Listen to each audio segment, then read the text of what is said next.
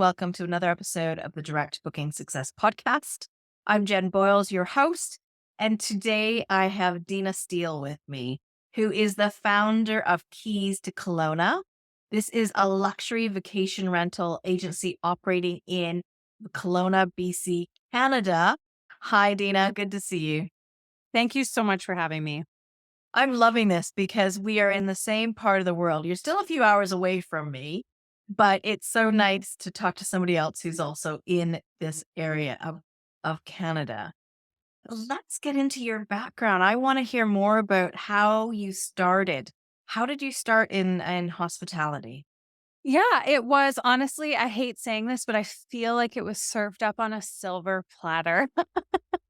I've had my own investment property that I've operated as a furnished rental for over 20 years, but I wasn't really considering nightly rentals or even getting into the business of property management ever. I've been fascinated with real estate development. I had been working for a residential real estate developer here.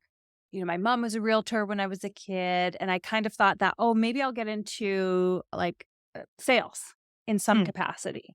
But I was working from home. I've been, like a working nomad in the marketing space for over a decade. And I moved to Italy and I used an Airbnb, and I was like, "Oh, this is kind of cool." It's like a really unique demographic of people and the connections you made with the hosts.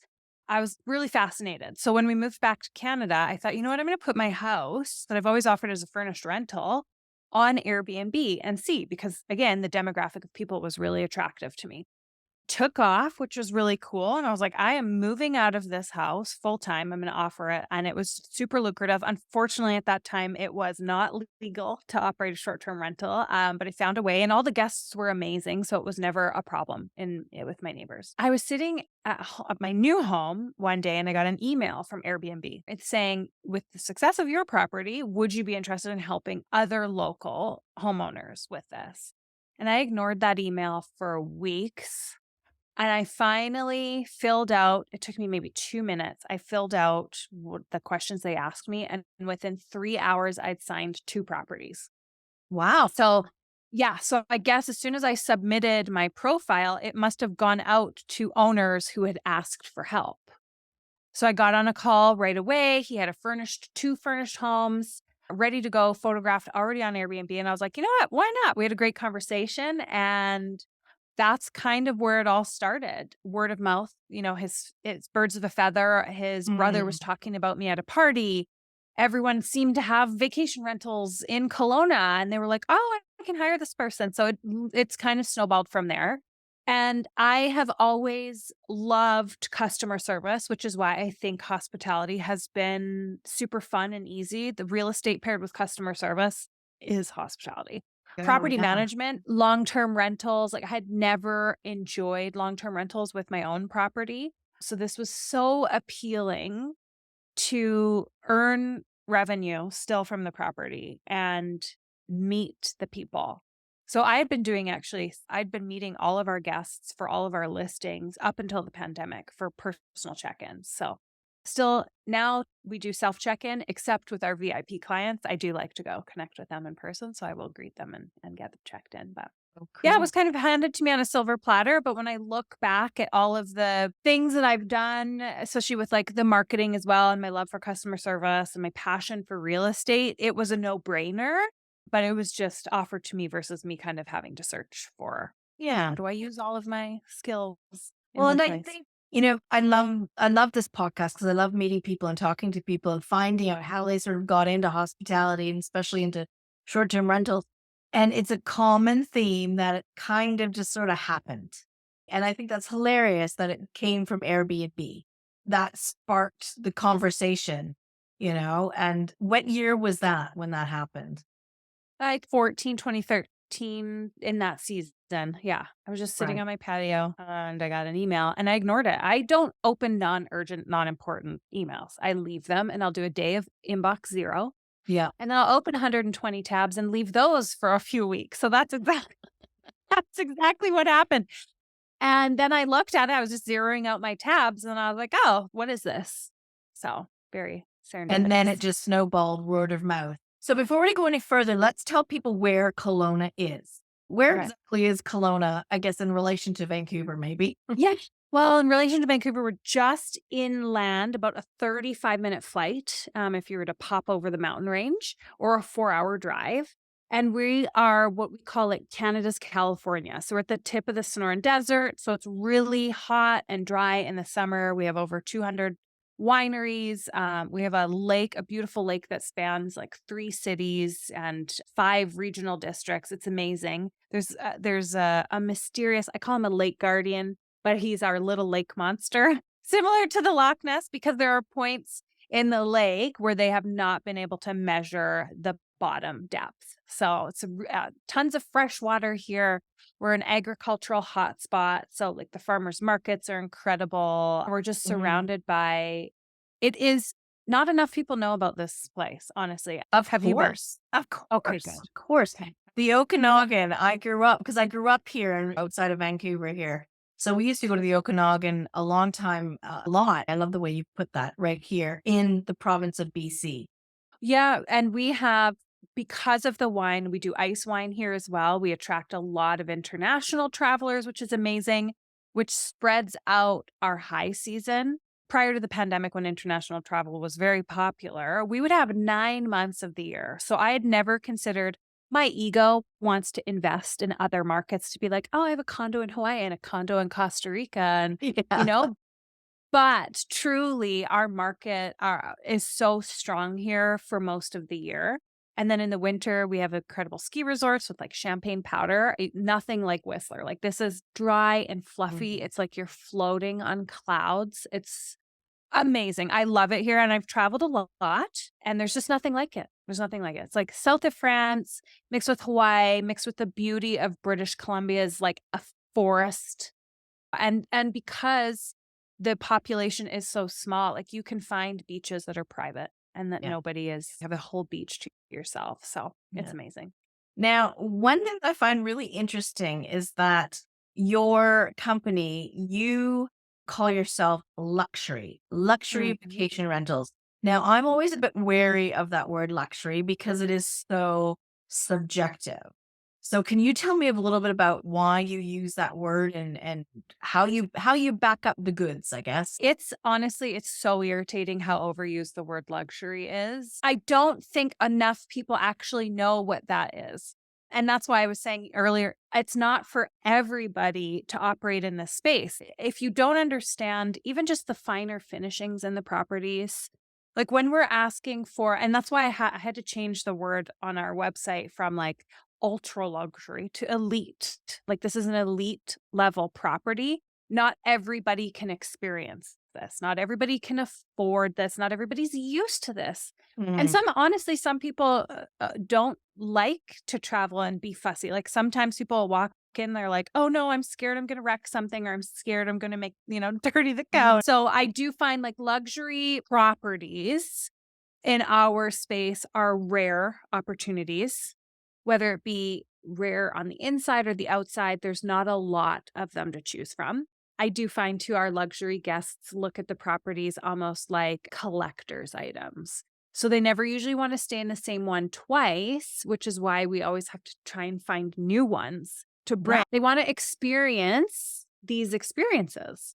I find that they'll wanna try the new one. As soon as you get a new one, they want it right away. So it's really easy when you sign another one, you just reach out to your previous database and you're like, "I have a new one for you." Oh, yeah, but you're right, luxury is overused. It's not new, cute, whatever. It's just a special caliber of home that is rare. For sure. Rare opportunity for you to visit, especially because it's very hard to get owners of these homes to hand their keys over because they have put so many extra a little extra je ne sais quoi to the house. And it's not to say that, luxury is not for everyone. We get that. And I think there's nothing wrong with having a non-luxury property. Whatever property fits with your ideal guest and it works. I just love that you really lent into Mm, luxury.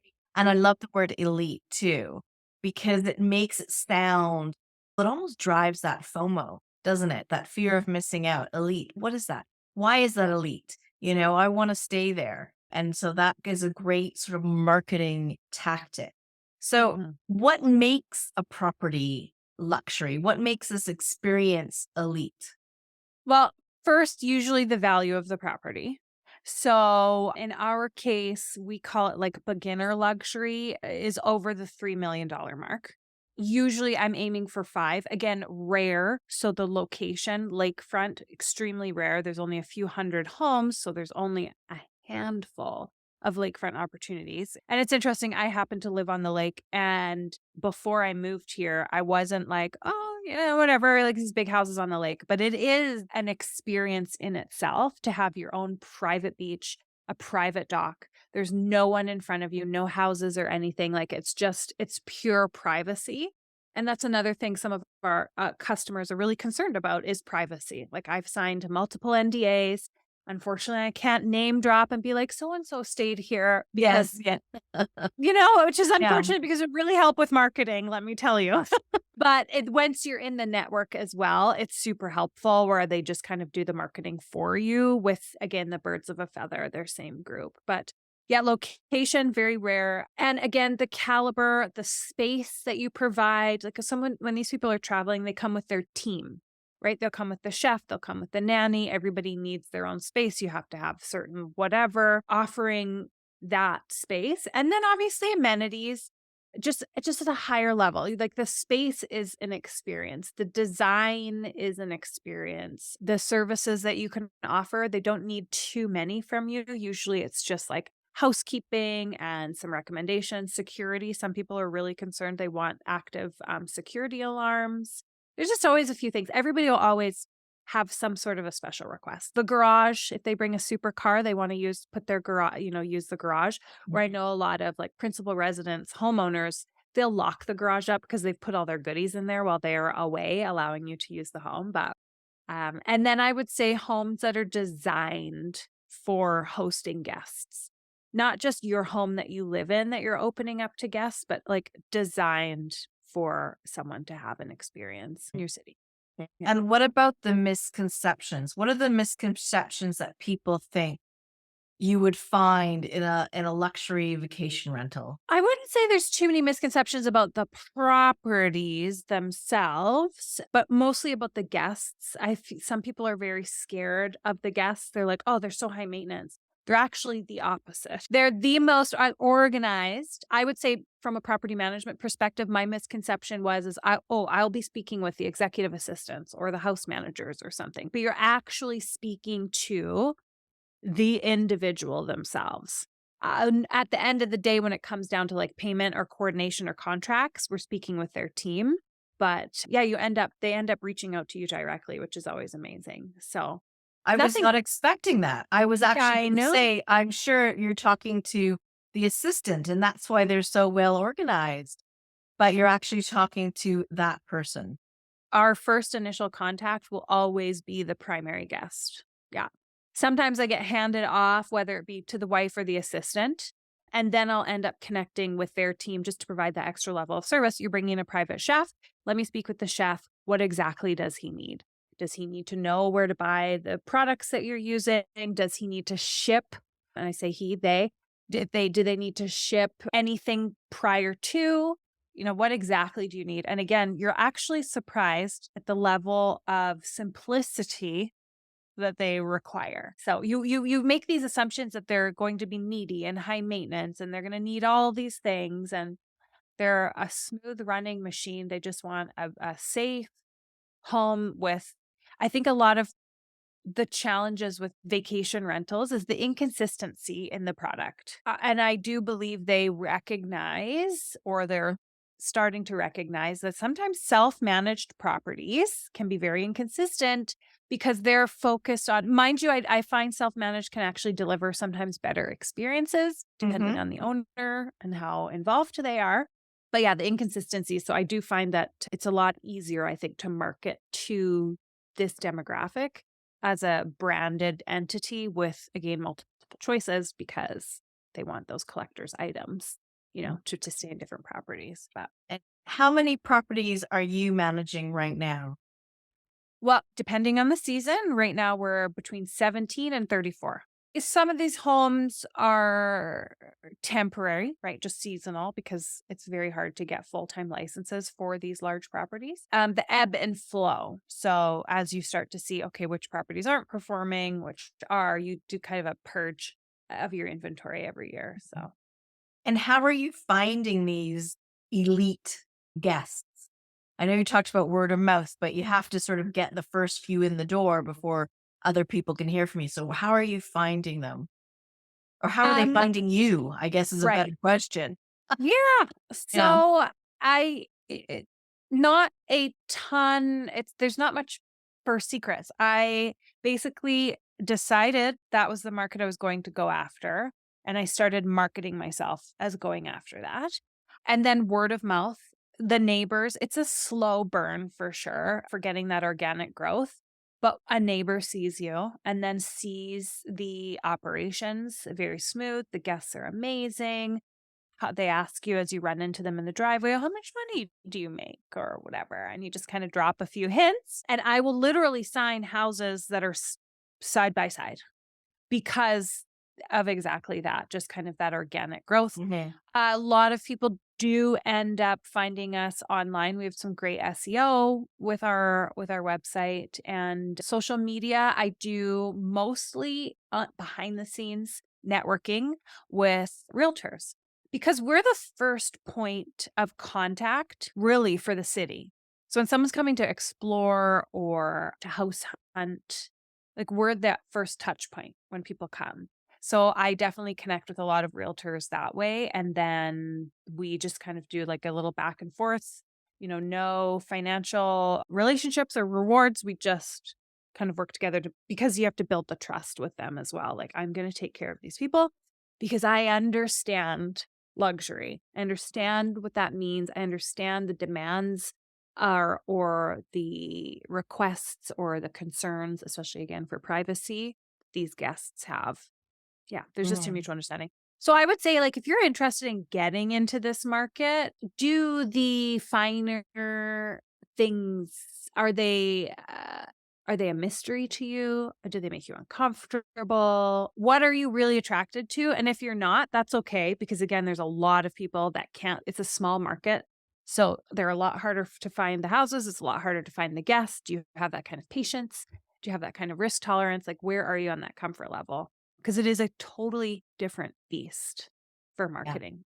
Yeah. Well, I can see because, you just go online, go to any Facebook group with short-term rentals, vacation rentals, and it's what discount are you giving? When you send out your newsletter, what discount are you giving? And I can tell that this is not what you're focusing on. The discount probably puts off people in these higher brackets.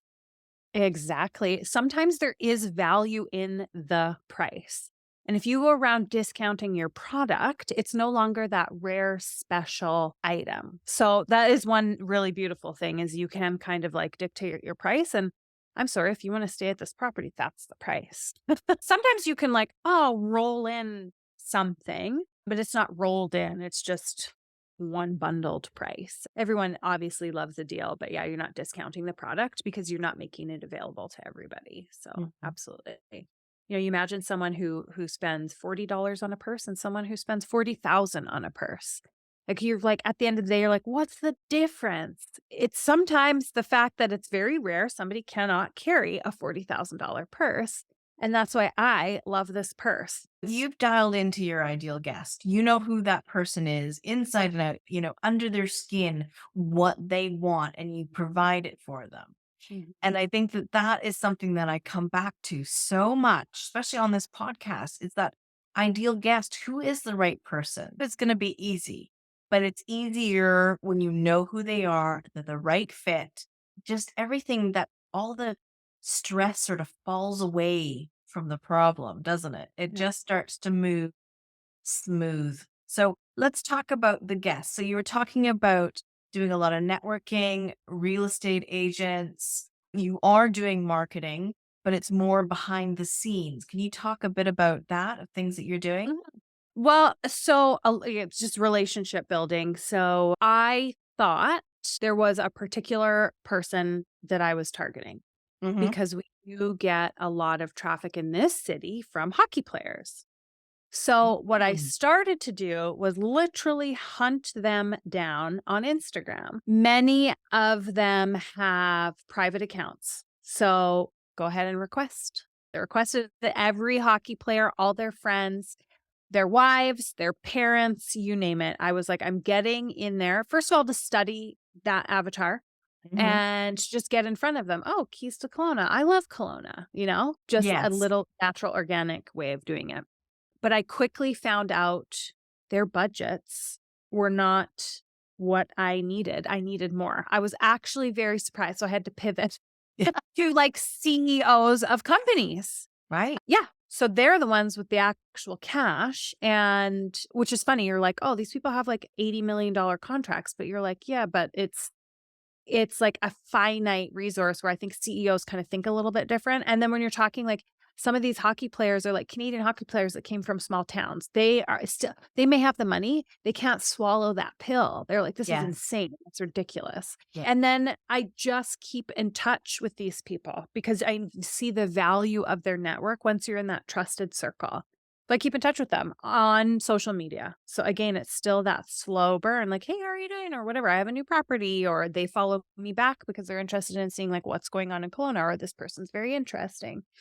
I don't do any paid actually. I rely on the aesthetics, the unique aesthetics of our website. I think we did a little bit of a different, went for more of an artistic editorial vibe for the website just to stand out a little bit different. Our website is not focused actually on guest acquisition, it's more owner acquisition, but Mhm. it's just I think because of the aesthetics and the uniqueness of the website, that really helps with the guests. We get Yeah. inquiries every day for the properties. I think what you're doing is obviously a combination. They find you, you find them. It's a conversation, it's a relationship. The property manager, or it's through a neighbor, or whatever it is. But it's Yeah. not in the same way that most of us are marketing our properties, where we're talking about, why do you want to come? And what you want to see, and why do you want to stay here? It's a different league, isn't it? Mhm. Mhm. Yeah, it's almost like not ego, but there is something where it's like, "Oh, so and so said this was great." So my goal with the company, so I've lived in this city for 35 years off and on. And I have been dying to see this little city grow up. We are sorely lacking in many departments like restaurants and culture and art scene. And I know what we need is more influential people to move here or to bring their money here Mhm. because then the rest of us can benefit from the amenities, right? So I've always been like, we need these people here. And sure enough, you bring them, you impress them. The city just does it. We have world-class amenities here that nobody knows about. It's rare in their circle. So then they decide to move here, which is always a bummer because they're not a return guest anymore because now they've Mm. purchased a home. That happens quite a bit. You're like, you get 2 seasons out of them, and then they buy their own mega mansion, and you're like, "Oh, I've lost you." But then they bring their friends. Of Then their course, they need friends somewhere to stay. they need somewhere to Mm. stay, then they buy, and the cycle continues, but it's like that it's that, like, rare. Yeah, I don't have the word to describe it because it's not like your ego, but it is like, oh, it's almost like your peer group is doing it, so it must be. Again, those people of Yeah. influence, it's like a snowball effect, so And it's a different level of marketing. And what I've seen on a few places, their website is almost nothing. And this is something that I would normally say to people is, no, you want people to be able to book right then and there on your website. But this is a whole other breed of guest, where it's like they don't want to be going somewhere where everyone else is going. They want that gem that is the secret. I think it's really exciting what you're doing, and not everybody can do it, and not everybody's area is the right place. exactly. It sounds like you've got the perfect storm there in Kelowna. Yeah, it's absolutely fantastic. ROI is a little bit of a challenge here because the real estate's so expensive. And I find when pricing these units, people love round numbers. So, and the prices aren't fixed. Like, how long are you staying and what time? Because I'm like, I need to find you a nice round number. Yeah. What currency are you shopping in? So if I know you're coming with American currency, I know I have a little bit more wiggle room here because it's not going to sting as much as if I'm pricing for a Canadian buyer. It is a little bit of a perfect storm here, but yeah, there's still a lot of management on that to get it there. But Yeah. yeah, the ROI is the pickle. I look at other markets and I'm like, "Ugh, you're getting the same amount of annual revenue, but the cost of your real estate is like 20% of what ours is." So we actually still keep a pretty diverse portfolio. And I think that's important for everybody to think about Mhm. because markets ebb and flow. And sometimes you're like, oh, but the rich, they'll always have money. But if there's a downturn in the market, people do slow things up. Or if there's a flashy market, like Europe is very flashy right now. So people are dumping their time and money into that market, going and having those beautiful vacations. So I see like a 3 to 5 year cycle with some of these people coming back because they want to go do the next new thing, right? Yeah. Yeah. Then they'll come back. So by having a diverse market for me has been really supportive. So, even like I would have never have taken on a one-bedroom condo back in Mhm. the day, but I can't keep them vacant. There's so many reservations for those right now with our executive rental stays. So I really do think that diversity is key, but my ultimate focus is on the big needle movers, on that like top 20% of our properties. Yeah. So no, we still have affordable places to stay. We're definitely on the higher end of all of the options that you have out there. But again, it's because we offer a consistent experience and a little Yeah. bit polished properties. I love that. Different sort of levels of guest experience. So it's really great. And I have to ask you, with your position there in Kelowna and your experiences, and you've been doing this a long time, what does direct booking success mean to you? Means that I don't have to be concerned about the price in the market. So what I mean by that is because we have a lot of people just come directly to us.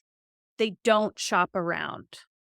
So we don't have to concern ourselves with what are other people doing because when there's a huge surge in inventory, people panic price and it Mhm. drives everyone's revenue down. We don't have to worry about that because people are just coming straight to us. They just give us their wish list. We send them options, we send them pricing. And so that for me has been incredible. And again, we're probably doing 80% of our revenue now is direct book. And I think a lot of that is because people are just coming to us because they know we'll just take care of them and whatever the cost is, they don't think they're being taken advantage of. I'm not taking Mhm. advantage of anybody, but It's worth it. I don't have to worry about what the market's doing. And I Yeah. really think that that's what it has done. Makes me so happy for the Yes. direct book volume that we're doing now. Great. Now I'm going to put all your links in the show notes so people can go check you out on Instagram and see what you're doing. Go check out your web called keystokelowna.com. I also want to talk about something, another way that listeners can connect with you. Can you tell us about this other project that you're working on? Yeah, so there's a few things, but one of like a free resource where you can see me every week. I meet with a group called the Real Hosts of Short-Term Rentals, kind of a play on the Real Housewives. And there are 6 of us from around the globe. So we meet every Monday at 10:30 Pacific Standard Time and we live stream our mastermind group. So we just get together and we kind of deep dive on a particular topic in the business of STR each week, whether it's something that we're dealing with in our business or something that common questions that we're getting. So that's what we'll do. Sometimes we'll host hot seats for guests that are attending live or answer questions that come in that way. But yeah, it's super fun. So we are live on Facebook. We should be live on Instagram and YouTube by the time you're hearing this. You can just search The Real Hosts to find us. And yeah, if you have any questions, we all do somewhat private, semi-private coaching, but this is the free avenue that you can come in and kind of just see like 6 different businesses from different parts of the world and how we operate. And hopefully one of us will have something that will like resonate with you or feel relatable in your business. So if you're Mhm. not into the luxury, maybe you're into arbitrage, or maybe you own all your properties, we've literally got somebody and that does something different. Yeah. No, it's great. Cool. And I'll put those links in the show notes too. And I just thank you, Dina, so much for coming on today and sharing your story, talking about your direct booking success. Yeah. Thank you for having me. It's been great.